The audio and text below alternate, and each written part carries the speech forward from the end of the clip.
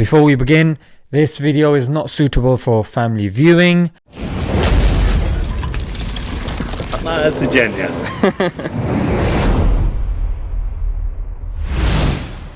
Assalamu alaikum guys, and welcome to another episode of Smile to Jannah. Dave Chappelle has been in the news for the last week or so, and it's because of his Netflix special called The Closer, in which he's taken a lot of risks with some jokes. I didn't see a single joke in there, right?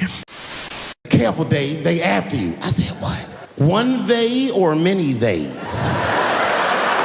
He's only made a few points that they've really taken issue with. Yeah.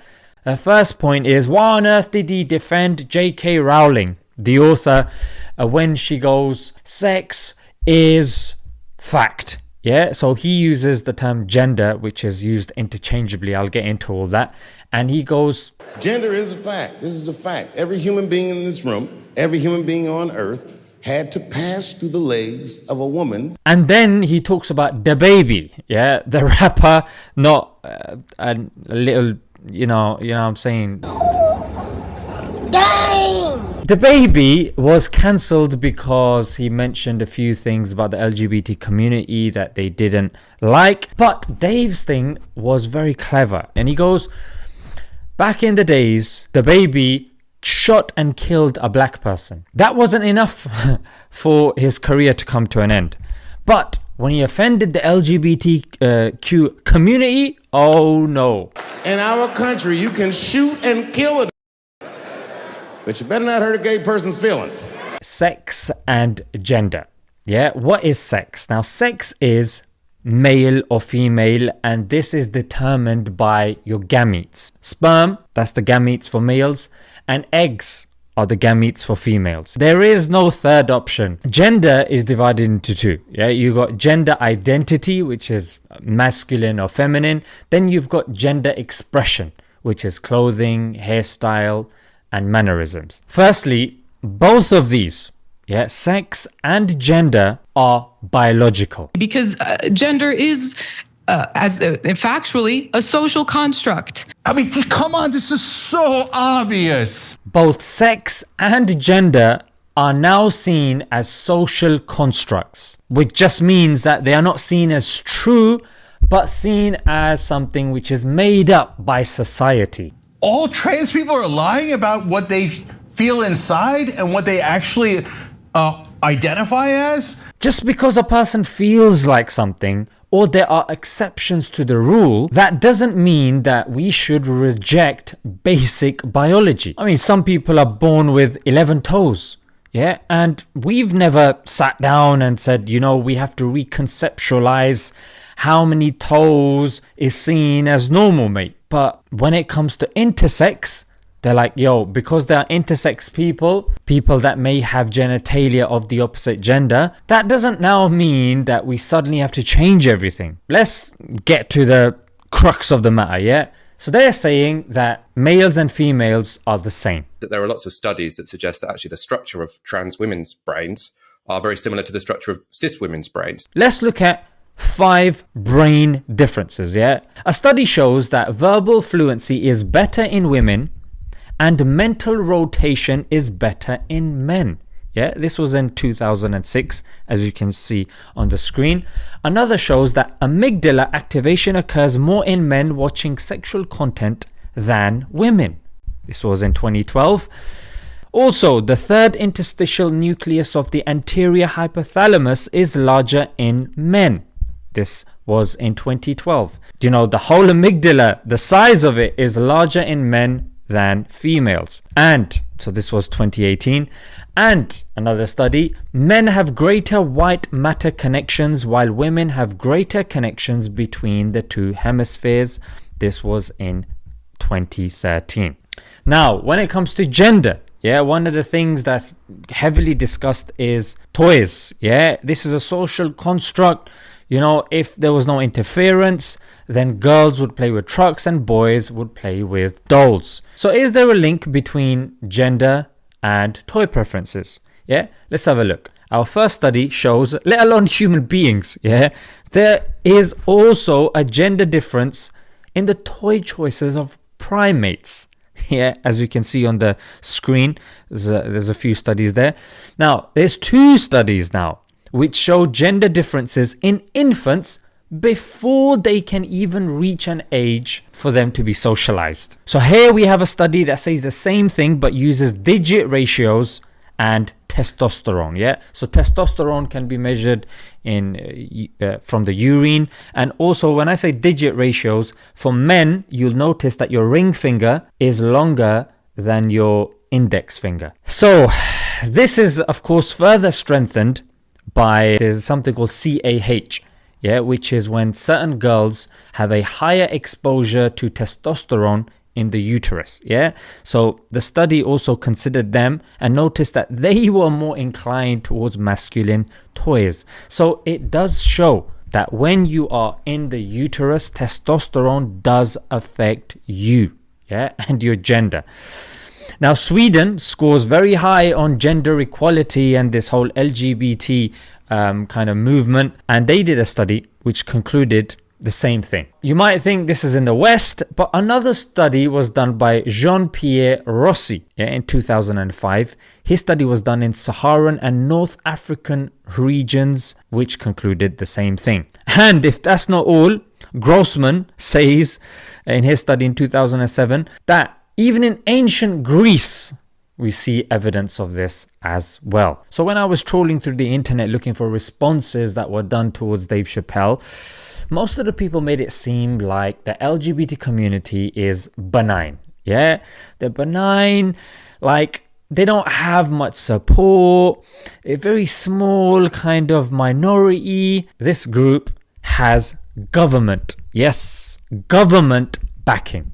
Yeah, you will see, as you see on the screen, it is done on a higher level. Yeah, they have educational backing through Ofsted, and then we move on to celebrities. Yeah, those that want to gain relevance again, that have maybe dried up or washed up, like Demi Lovato. Yeah, in sports you see them wearing bands. The Olympics, of course, we know that there was a trans male that was participating in a all-females event. London Zoo, as you guys can see, and even scientific journals like Nature and CMAJ of Canada. And not to forget BBC glamorizing this trans lifestyle to our 9-year-old children. And also they make it seem like, nah, we don't attack anybody. Nah, people attack us all the time. Okay, let's have a look. DaBaby. Yeah, DaBaby actually had his events cancelled. Yeah, because of his comments. J.K. Rowling, she says that she has received death threats. Yeah, you've got countries like Poland, their cities were threatened to lose millions if they didn't put certain laws forward for the LGBTQ. And of course, you see this other headline for Wales as well. Yeah, Wales was under pressure by this lobby also. Also, you've got President of Harvard. Yeah, Lawrence Summers. When he mentioned a few things, he was pushed, literally pushed, and eventually he resigned. You've also got James Damore, who used to be senior software engineer of Google, mate. Yeah, of Google. My guy got fired. So these are just a few examples of how powerful this lobby actually is. By the way, the first thing I always wonder is, why do you care? All right, so what are the harms of this? Why am I wasting my time talking about this? If gender is non-binary, yeah, not male and female, there's, according to the BBC, hundreds of genders, then will it not harm the women that have worked hard to gain some sort of respect? Yeah, we have been plastered and banged on the head with the news of Afghani women. But according to these individuals, how do you know that they were women? Yeah, why are you talking about women's rights for talking about second and third wave feminism? Yeah, did anybody ask their pronouns?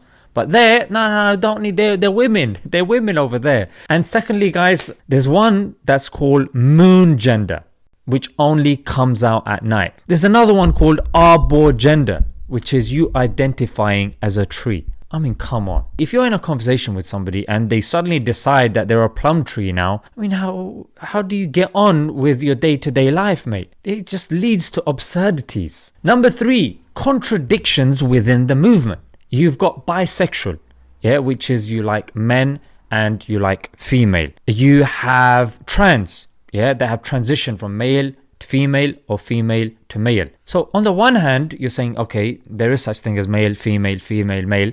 And then you've got gender fluid or gender non-binary. It says, no, there is no male and female, mate. There's like hundreds upon hundreds of genders. How do you reconcile all of these? Number 4, the definitions are constantly changing, yeah? And the LGBTQ community are becoming more accepting. Like, even if you do something small, no, you're part of our community, mate. Yeah, if a boy puts on the shoes of his mother, LGBT.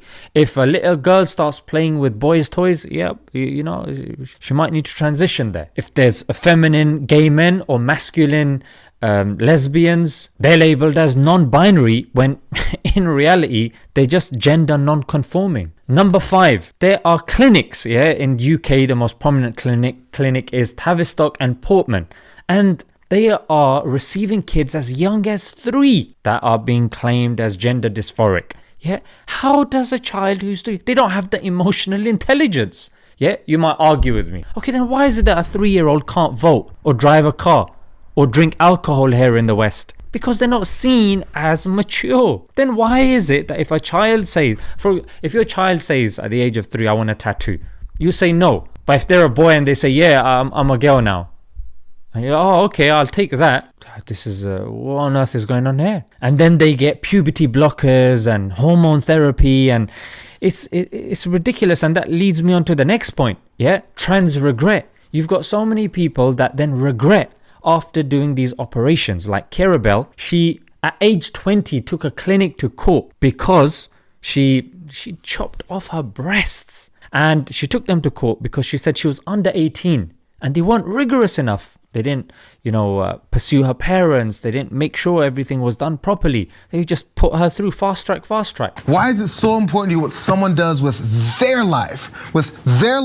Let me ask you a few questions. Can boys refuse to dress in front of girls who actually identify as boys? Or are you a transphobe? Can a Muslim woman, refuse to massage a man who's identifying as a woman? Yeah, I'm a woman, mate. No, you're not. You look at your beard, it's coming all the way to your chest now, but I identify as a woman, you got to massage me now. What, she's going to be a transphobe now for not doing so? And can women be upset when men identifying as females beat them in competitions? Or are they transphobic too? Reflect on those, and I'm going to leave it there, guys. Don't forget to share this video, and until next time, Assalam.